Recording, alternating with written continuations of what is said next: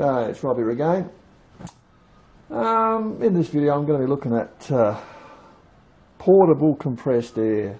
In other words, how you can move compressed air away from the fixed air compressor you got without going a lot of trouble.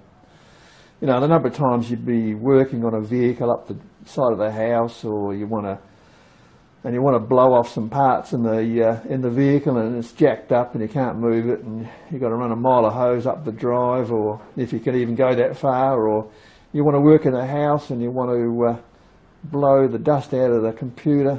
You know, how do you do it without unplugging the computer and lumping it down the shed? And it's a big hassle.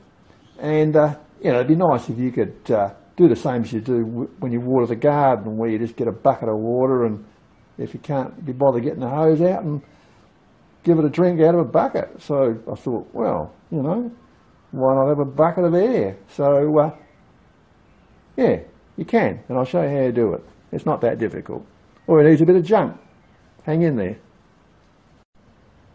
Okay, well, here's all you need.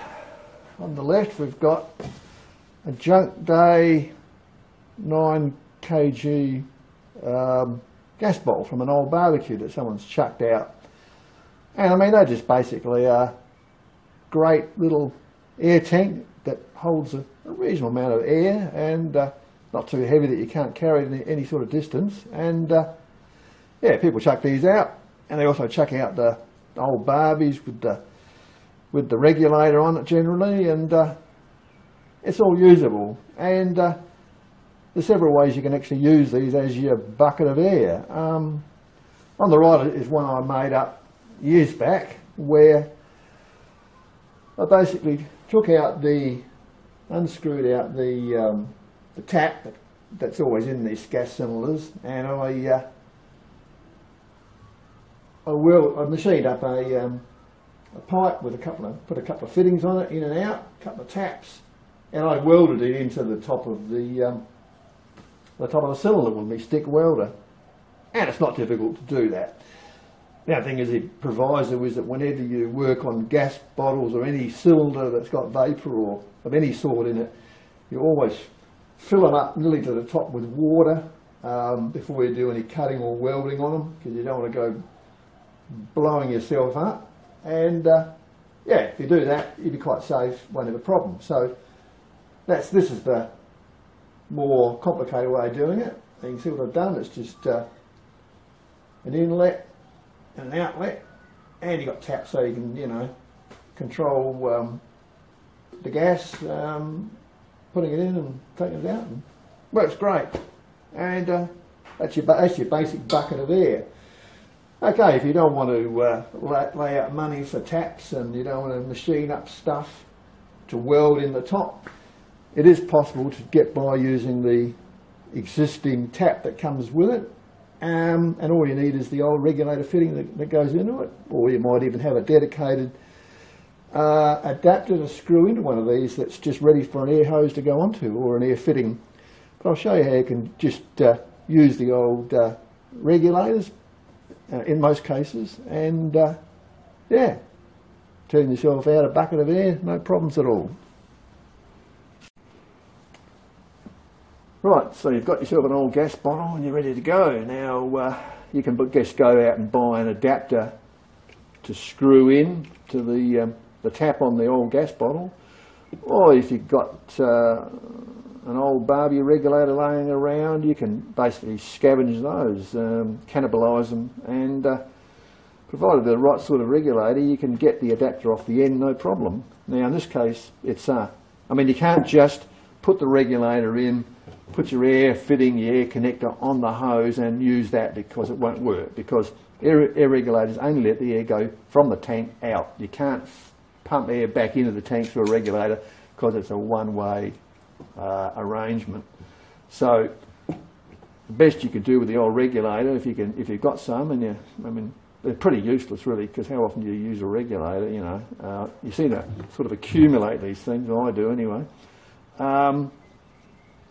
Some of them you can actually take the connector off, and some you can't. This is a later model one made in China. It's all one unit. It doesn't look like it unscrews, so that's really no good for you whatsoever. This one here is a good one. It's actually got a proper universal type connector on there, so you just unscrew it and you put your air fitting on and you're good to go. And remember, you've got the tap on the tank, so you don't even need a one-way valve, to fill it. You open her up, fill her up, shut the tap off, and then you're good to go. So the type of connector that you put on, whether it's inlet or outlet, is up to you. Depends on the fittings on your air hose, whether you need one to enable you to fill the tank and then use it as an outlet. It's up to you. But that's why on my dedicated tank that I welded up, I've got an inlet and an outlet. It makes it easier. It saves, having problems swapping over airlines. And then of course you've got this sort, and this is another sort, and if you look at it, you'll see that it's got a hexy head on it. Suggests that it screws out, which it does. So you just screw out get a shifter on it, screw out the fitting, then put your air adapter on. The thread is a standard air fitting thread, so it goes straight on, it's 1/2 inch, and you're good to go. Okay, so we'll set it up and I'll just show you how this one works. No problem. Right, here's our adapter, screw her in.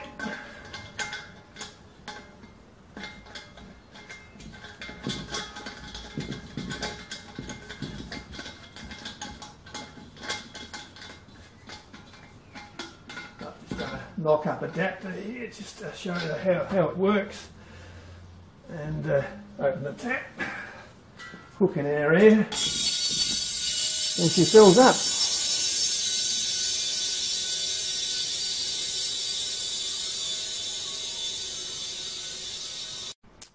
Right, tank's full, turn off the tap,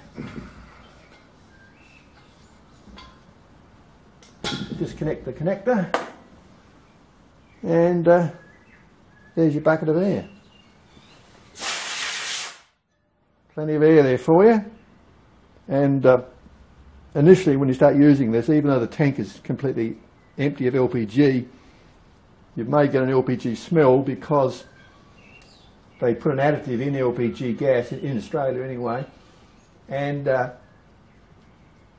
even though the gas may be gone, you still get that smell because the residue from the additive builds up in these tanks, and the only way to get rid of it is actually to fill the tank with water and then flush it out. But after you've used the tank a few times, that smell will dissipate. But it's not dangerous, but just make sure that before you do anything like this, you do empty the cylinder out completely, stand it upside down with the tap open to make sure you purge out any gas that's in there, and once you've actually set it up to be used as a bucket of air, fill it and empty it 6 times before you actually start using it to make sure there's absolutely no gas in there whatsoever, and you'll be good to go.